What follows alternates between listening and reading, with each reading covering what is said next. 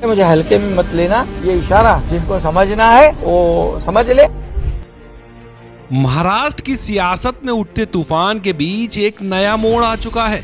गठबंधन की सरकार तो बन गई, मगर अब उसकी दीवारों में दरारें साफ दिखाई देने लगी हैं। मुख्यमंत्री देवेंद्र फडणवीस और डिप्टी सीएम एकनाथ शिंदे के बीच बढ़ती खाई अब खुलकर सामने आने लगी है।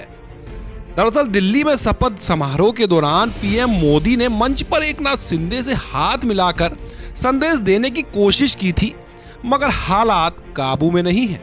नवंबर 2024 में बनी इस सरकार में सत्ता का समीकरण बदला और एकनाथ शिंदे को मनचाही ताकत नहीं मिली। पहले वो मुख्यमंत्री थे, मगर इस बार फडणवीस ने कमान संभाली और शिंदे को डिप्टी सीएम बना दिया गया। साथ ही अजीत पवार भी डिप्टी सीएम की कुर्सी पर बैठा दिए गए। इस सत्ता के बंटवारे से शिंदे खुश नहीं थे, तभी से उनके और फडणवीस के बीच शीत युद्ध जारी है।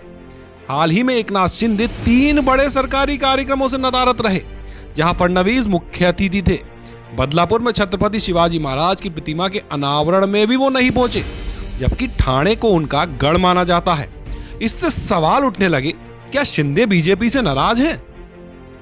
विपक्ष भी अब इस गठबंधन पर सवाल उठा रहा है और ऐसे में एकनाथ शिंदे का बयान सामने आया है। उन्होंने खुलकर कहा है कि मुझे हल्के में मत लेना, मैंने 2022 में भी सरकार पलट कर दिखाई थी। अब भैया ये बयान सीधा इशारा कर रहा है कि शिंदे कुछ बड़ा करने की तैयारी में है। होम मिनिस्ट्री की मांग खारिज होने से लेकर उनके करीबी अधिकारियों को हटाने तक उनके पेशेंस की परीक्षा हो रही है। बीएमसी ने 1400 करोड़ के प्रोजेक्ट को रद्द कर दिया और कई विधायकों की सुरक्षा भी हटा दी गई। अब सवाल ये है कि ये मतभेद कब तक सुलगता रहेगा और क्या महाराष्ट्र में एक और बड़ा राजनीतिक उलटफेर रहेगा? महाराष्ट्र में ताजा घटते घटनाक्रम पर एक शेर याद आता है कि सियासत भी समुंदर की लहरों जैसी होती है, कभी साहिल पे आती है तो कभी तूफान ले जाती है। अब ये देखना दिलचस्प होगा कि आने वाले वक्त में कौन सा पत्ता चलता है और इस शतरंज की बिसात पर अगली चाल कौन चलता है।